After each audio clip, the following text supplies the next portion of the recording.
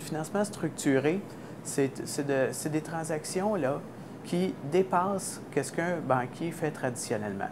Un métier de banquier traditionnellement, c'est qu'on est appelé à financer des opérations courantes, des investissements courants dont on est capable d'assez facilement établir la valeur.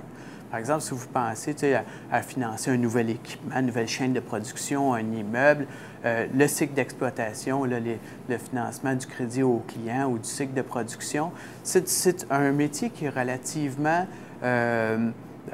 standardisé, je dirais. On a des politiques, des normes.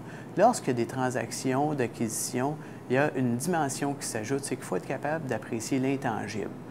Des fois, c'est de la propriété intellectuelle, des fois, c'est de la valeur de certains contrats.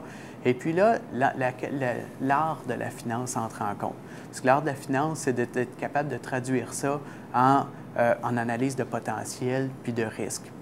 Alors, le banquier va s'intéresser énormément, dans un premier temps, aux gens qui sont derrière l'entreprise.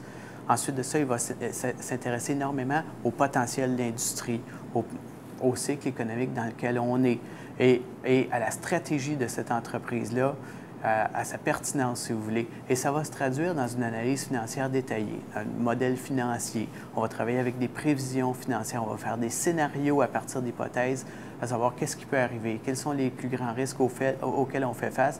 Et puis, dans le fond, contrairement à un investisseur, un banquier va regarder une entreprise d'une façon très similaire, mais plutôt que de porter son focus sur le potentiel de croissance et le rendement, il va plutôt porter son analyse ou son focus sur la capacité de remboursement dans le cadre normal des affaires et à qu'est-ce qui pourrait arriver dans le pire des cas où il ne devait pas avoir de capacité de remboursement.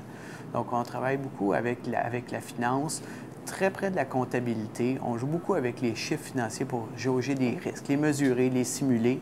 Puis après ça, ça nous permet d'offrir un financement et puis de supporter les activités de l'entreprise.